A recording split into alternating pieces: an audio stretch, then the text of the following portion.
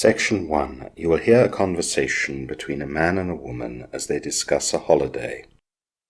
First, you have some time to look at questions 1 to 5.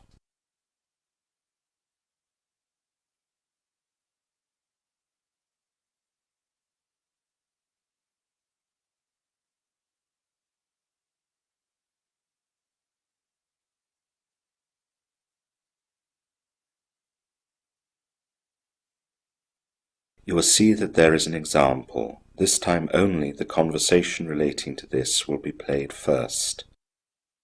Good morning. My name is Keith Waters. I'm interested in finding out about certain type of holiday. Would you be able to help me with that? Welcome to Sunshine Tours Agency. My name's Penny. Yes, I'm sure I can help you with that. What exactly are you thinking about? My wife and I are interested in a cruise of the Mediterranean. So, cruise is the correct answer. Now the full test will begin. You should answer the questions as you listen, as the recording is not played twice. Listen carefully to the conversation and answer questions 1 to 5. Good morning. My name is Keith Waters. I'm interested in finding out about certain type of holiday. Would you be able to help me with that? Welcome to Sunshine Tours Agency. My name's Penny. Yes, I'm sure I can help you with that. What exactly are you thinking about? My wife and I are interested in a cruise of the Mediterranean. That's a nice idea. A cruise on a ship in the Mediterranean is very popular right now. Can I take some basic details from you first so I can work out what kind of cruise might suit you? Of course. So your name is Keith Waters, and your wife's? Her name is Melissa Waters. Would you spell Melissa for me? It's Melissa. And it's just you and your wife? That's right. We don't have any children. Okay, let me make a note of that. Fine. Now, how old are you both? I'm 32 and my wife's 30. Thank you. Now I'd like to ask about your interests and hobbies. This will help in choosing the right cruise for you. We're both keen on traveling, of course. That's why we'd like to go on a cruise. We're also quite sporty. We both swim and jog quite a lot. We're interested in cinema and history. Melissa is also a keen fiction reader, but I prefer nonfiction. What kind of budget were you thinking about? We can spend between $7,000 and $11,000 on the trip. As cheap as possible, of course, is best. Right. I've got all that down. Now, I need to know when you'd like to go on your cruise and for how long.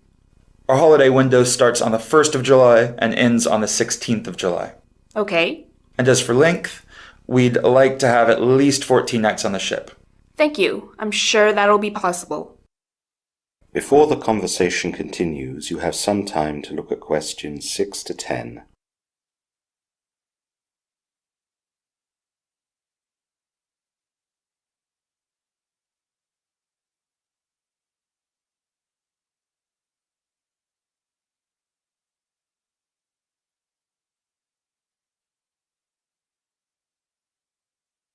Now listen carefully and answer questions 6 to 10. Right. I've got all that down and I've got some ideas for you. I'll just make some notes while I listen, if that's all right. Of course. So, we have 2 boats that fit the dates you want. They sail on different dates, so that gives you some flexibility. First of all, I'd like to suggest the cruise on the boat the Maria Cristina. It's a Spanish boat, and you'd fly to Barcelona to join her. The cruise from there costs $10,500 for both of you, although the flights to get to Barcelona will be extra. With that, you have all food and drinks free during the voyage. You get an inside cabin, which means that you don't get a sea view, but you can upgrade to a sea view for a further $800. They have a cinema on board with different films every night, and there are also lectures on the places where you will be visiting. There are also classes that you can do, for example, painting, cooking, art appreciation, and others. That's just in our budget, but an upgrade would put us over. Yes, you'd have to do without the upgrade. Travel insurance is incorporated within the price, though. What about the next one? That's the Sea Queen. This is also a Spanish boat, but it sails from Marseille in France and follows the same route as the Maria Cristina. Barcelona is the last stop before arriving back in Marseille. This costs $9,000 for both of you, but this includes the return flights to Marseille. With this package, you do get a sea view, and food is inclusive throughout the voyage. All drinks excluding water are extra, though. There are fewer things going on. There is a cinema, but there are no lectures or classes. There is a swimming pool and gym, though, so you'll be able to keep up with your exercise. That's quite a lot of information, so I'd better get back and speak to my wife. She can come back here with me in 2 days, so I'll expect we'll have chosen which boat to go on by then. We can talk further details when we come in then. That's great. See you in 2 days. Yes, see you soon. That is the end of section 1. You will now have half a minute to check your answers.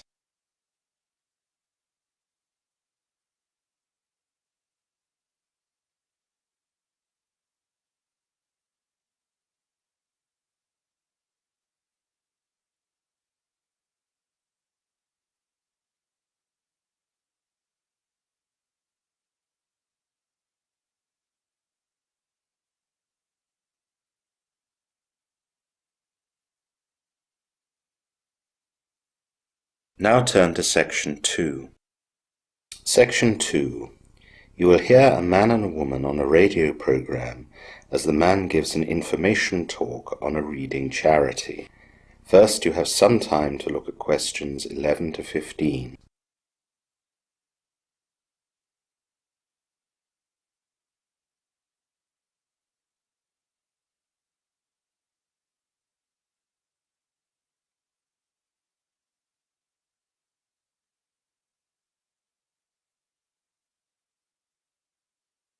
Now listen carefully to the information talk and answer questions 11 to 15. Good morning everyone and welcome to Radio Star, your local radio station. Today we are joined by Jake Matthews, who is part of the Read for All charity. He is coming today to tell us a little bit about it. Welcome, Jake. Thanks, Marianne. So, tell us all about Read for All, Jake. Well, as the name implies, we are a charity that is focused on ensuring that all children have access to appropriate reading books. It has long been acknowledged that reading is an essential part of education while growing up, and children who read a lot do better at school than their peers who do not read a lot. Our plan starts when children are very young, so of course we therefore need to aim at parents, and chiefly low-income parents, to educate them about the benefits to their children if they are read to. Many children who read a lot develop this love of reading when their parents read to them. If we can get this happening, then more children will grow up with an attachment to reading that will affect them positively for the rest of their lives. How do you educate the parents? Our key focus is at hospitals where children are born. We have plenty of leaflets about us, and we have volunteers who visit the areas where parents are in hospitals and distribute these leaflets. Other places where we distribute our leaflets are nurseries, kindergartens and primary schools, when parents drop off or pick up their children. The parents can then read about the benefits of reading in our leaflets and also see how we can help. How can you help? Good question. We realise that one of the things that stops parents reading to their children is that they do not know which books to read or where to find them. Families on budgets also find it difficult to allocate money to this area of family life when things are so tight. Getting parents to think about these things is also hard if the parents are not readers themselves. If we can get parents to come to our centre or website, we can tell them how to find books at no cost through joining libraries, or they can take away free books that we manage to print at a very low cost. All our books are graded by age, and there are no issues with breaking copyright, as we have permission to use all of them. Also, we have a low-cost app that people can download to their smartphone, as it seems even low-budget families can afford to own smartphones. It only costs $1, and with the app, stories and books can be downloaded for free, and the stories can either be read by the parent or read by a recorded voice. Of course, we try and encourage the parents to do the reading because of all the added benefits that this brings. This has already been a huge success, and we believe that there are now thousands more parents reading to their children than when we started. This will make such a difference to the children's imagination and English skills. Linked to this, immigrant families can read or listen to the stories, and both the parents' and children's English can be improved. You now have some time to look at questions 16 to 20.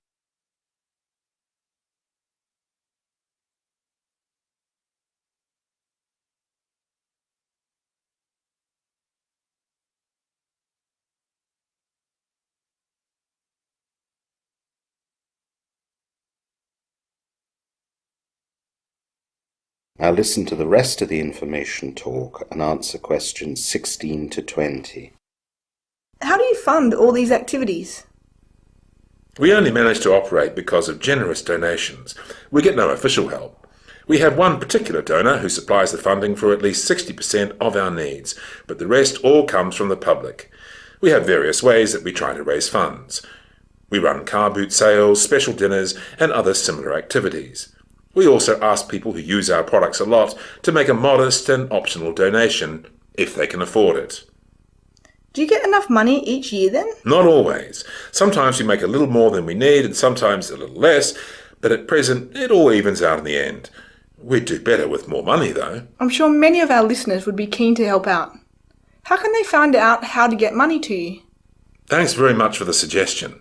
We have a website called readforall.com. There is an icon on the homepage labelled Donations. If any of your listeners click on that, they will see the process of how to make a donation. This will probably be more convenient than sending money by mail or trying to find one of our centres. Thanks very much to anyone who does this. I'm sure you'll get a good response. I'd like to tell you now a little about volunteering, as we've received some questions about that. Of course. We cannot afford to pay a salary to anyone who comes to do any work for us, although sometimes we can pay for some modest expenditure incurred for travel from where people live to our centres if we can get receipts. This will all be explained in our volunteer leaflets that can be picked up at our centres or found on the website, but I just wanted to make this clear up front. Now I'd like to let people know about where to come if they'd like to volunteer.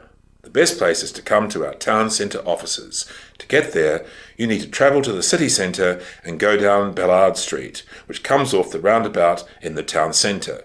Go down Ballard Street and take the second right. You'll recognise the turning as there's a cinema on the corner. Across Ballard Street from it there is a police station, so you go down the road on this turning for around 100 metres. On the left are our offices above a car dealership. It's pretty easy to find us. If you come by car you can park on the street, and there are of course lots of buses that go to the town centre. If you can't find us, give us a call or ask for directions to the main town post office, which is right opposite our offices. That is the end of section 2. You will now have half a minute to check your answers.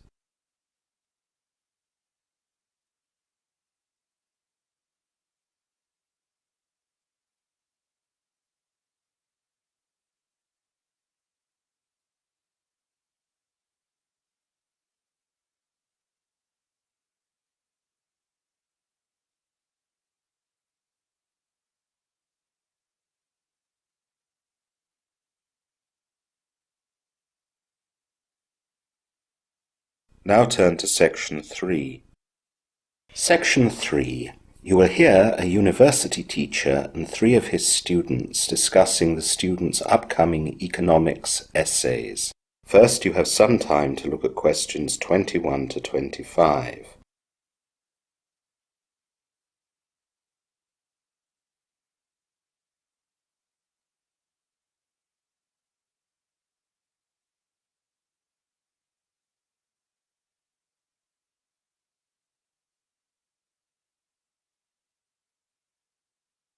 Now listen carefully and answer questions 21 to 25. Good morning, Mr. Stevenson. Good morning, Amy. Are William and Anna with you? They're just coming. Here they are. So, good morning. Now we're all here, let's begin. You've all got your extended economics essays due in next month, and so we're meeting here today to discuss your progress. So, Amy, tell me a little about your essay. Well, it's going fine, Mr. Stevenson. I chose to examine how global oil prices have affected the car industry. That's a good subject at the moment. Those price fluctuations are creating some very unexpected results. Have you had any problems with gathering enough information to shape your essay? Oh, yes. As you said, it's very topical at the moment, and everyone seems to be writing about it. I've more than enough information. Actually, my main headache is with my sources. I don't have much experience with an essay of this type, and I'm not used to creating the citations in the correct way. Yes, the first time that people write an essay at this level, they often have problems with sources. Once you've done a few essays here, you'll learn what to do and you won't have any further problems. We try to help students with this area on our website. where we have a guidance sheet that details all the procedures that you'll need. Oh, good. I'll check that out. Now, how about you, William? You're writing about the Australian fishing industry, aren't you? Things are pretty good, thanks, Mr. Stevenson. I'm not writing about the fishing industry anymore, though. That was my original choice, but I found that the sources weren't very good for that. Really? I thought lots would have been written about that. Well, yes, a lot has been written, but not an awful lot recently. Because there was a shortage in fish stocks around 10 years ago, most writers have focused on that, which means that today's normal situation doesn't attract much attention. Because of that, I decided to write about the effects of immigration on employment figures in the Northern Territory state in Australia. And things are going fine, you say? Yes, I've got plenty of up-to-date sources, but I have a problem with length. I seem to have gone about 2,000 words over the 4,000 word limit. I've reviewed my content and everything I've written is relevant, and there's nothing to cut. Writing too much is a common problem with essays as well. What I can suggest is that you work on the task of revision. Most people find that they are very wordy in their first drafts, and things can be expressed in a much better way with fewer words. I've no doubt that you'll be no different. It will be quite time-consuming, but go through your work sentence by sentence. You'll soon find the length of your essay will soon be acceptable. You now have some time to look at questions 26 to 30.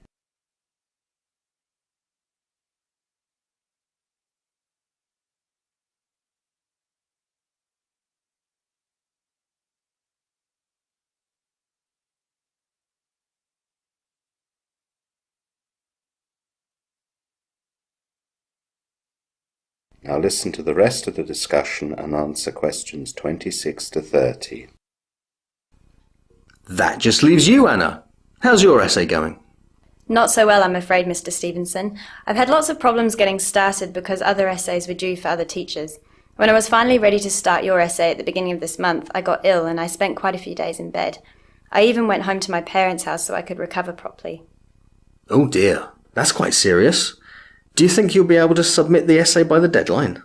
I don't know. I'm finding it hard to settle down and put in the amount of work needed to do a good job. I find the library distracting because of all the people coming and going, and my housemates are too noisy to allow me to concentrate when I'm at home. Maybe you could come to my special evening work sessions. It's just a quiet time when students who find it hard to work independently at home or in the library can work without being disturbed. I'll be there as well, so if you have any questions, you'll have no delay in getting an answer. That's a good idea, Mr. Stevenson, but what I really need is an extension, so that I can really do a really good job on the essay. That shouldn't be a problem, Anna, but we have to follow the department rules on that. They specify that you need to supply a doctor's note for what you're asking for.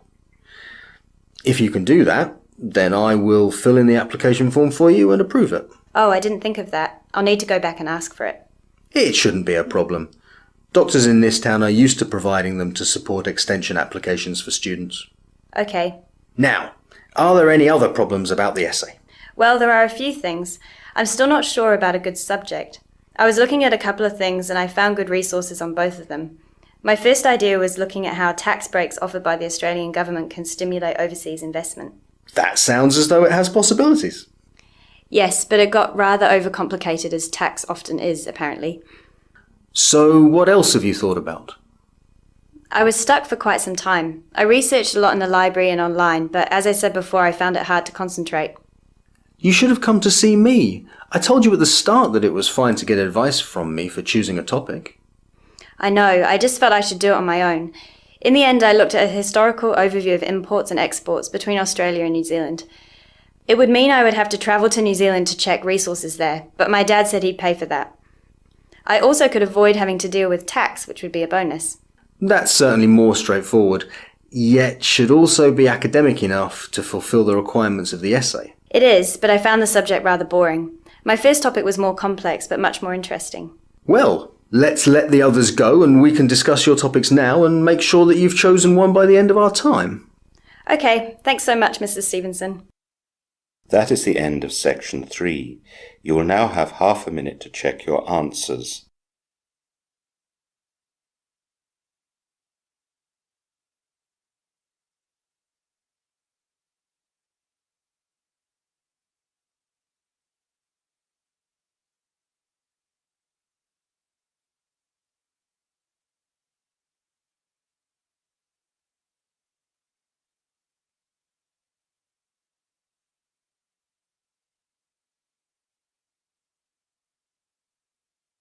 Now turn to Section 4. Section 4. You will hear a lecture on the signature. First, you have some time to look at questions 31 to 40.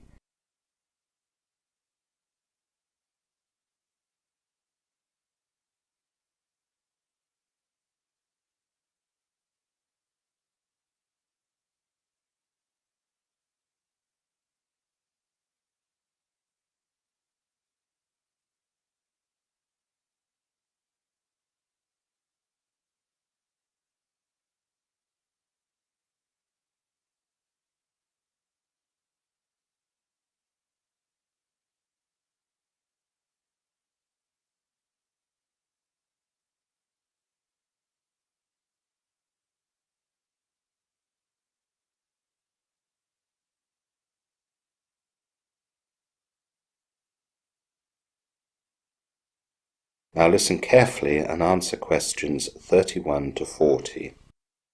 Hello everyone. Today in this lecture we're going to look at the signature and how today the e-signature has developed. In a culture of literacy and documentation, people obviously have always needed reliable ways to identify themselves and to be identified by others. This could be for creating charters, contracts or wills, or for witnessing a document. Signing one's name by hand on paper has become the authoritative convention for this, and one that is closely aligned with our own sense of identity. In addition, signatures are important in legal documents, since by signing a paper document, the contents can become enforceable against the signatories. The Sumerians, in the 5th to the 3rd millennia BC, are considered the originators of writing, and these ancient people also developed ways of authenticating who wrote things. The Sumerians created seals, or intricate works of art carved in clay tablets, to identify possession. In many civilizations throughout history, people have used symbols and other marks to authenticate or acknowledge writings and drawings, and even to accept the contents of documents. The earliest actual handwriting signature we have has been traced to the year AD 439, and is attributed to the Roman Emperor Valentinian III. Signatures are connected with graphology, which is the study and analysis of handwriting, especially in relation to human psychology. Graphology is a science originated in the mid-1600s, when an Italian professor, Camillo Baldi, wrote a book about how one can learn about a person's character and personality by looking at his writing. After the book was published, the study acquired a large following and spread widely. The Frenchman Jean Michon became the first to use the term graphology, applying two Greek words to describe the new study: grapho, meaning to write, and logos, meaning knowledge. Michon's contribution to graphology is immense. He formed graphological societies, published magazines, and founded an academy for the subject. His approach was rather uncomplicated. He would study only the separate written elements instead of a more complex approach. The method implied that presence of one graphological feature indicates a certain trait of character, whereas its absence implies the opposite feature. Not all his students and successors would accept Michon's method, though all agree that handwriting is a way of indicating personality. Wilhelm Preyer, child psychologist, wrote in 1895 that writing originates in the brain, not in the fingers, and that handwriting is actually brain writing. This premise underlines how graphologists believe that a person's handwriting mirrors his or her thoughts.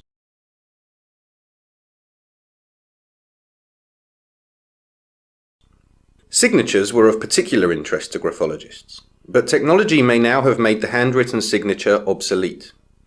Technology companies in the 1980s and 1990s created instruments that let businesses send signed contracts across the globe in seconds. These technologies, now known as fax machines, email, and the World Wide Web, were considered major breakthroughs at the time. However, many people still questioned whether contracts that were signed and shared via fax, email, or internet would hold up in court. This led to what has become known as the electronic signature. In law, the one indispensable characteristic a signature has to possess is that it must physically add something to the document, and that the signature will leave a physical mark or trace upon its surface. Electronic documents do not satisfy this condition, and the signature, like any alteration to an electronic document, does not leave a trace, or if it does, it is at such a microscopic level that it is in practice invisible. It looks nothing like the marks that have been accepted in law as constituting a handwritten signature. In 1996, the United Nations looked into the topic of e-signatures and developed a framework with the purpose of encouraging e-commerce by providing a series of internationally acceptable rules. These rules removed many of the obstacles that had prevented foreign businesses from conducting electronic transactions in the past, and ensured that electronic contracts would legally receive equal treatment to paper contracts going forward. Many online businesses work with a click-to-agree basis. However, the desire for and utility of a handwritten, unique electronic signature is still apparent. Such a tool acts to enhance legal verification and adds a human touch to otherwise impersonal electronic documents and business deals. To fill this gap, lots of electronic signature software can now include options for the signer to provide a hand-drawn personal electronic signature. That is the end of section 4. You will now have half a minute to check your answers.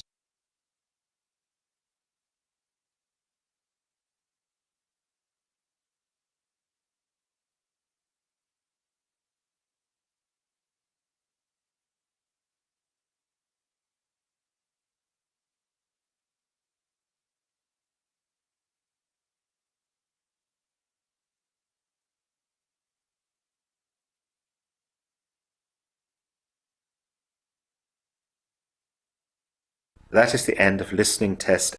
In the Ielts test, you would now have 10 minutes to transfer your answers to the listening answer sheet.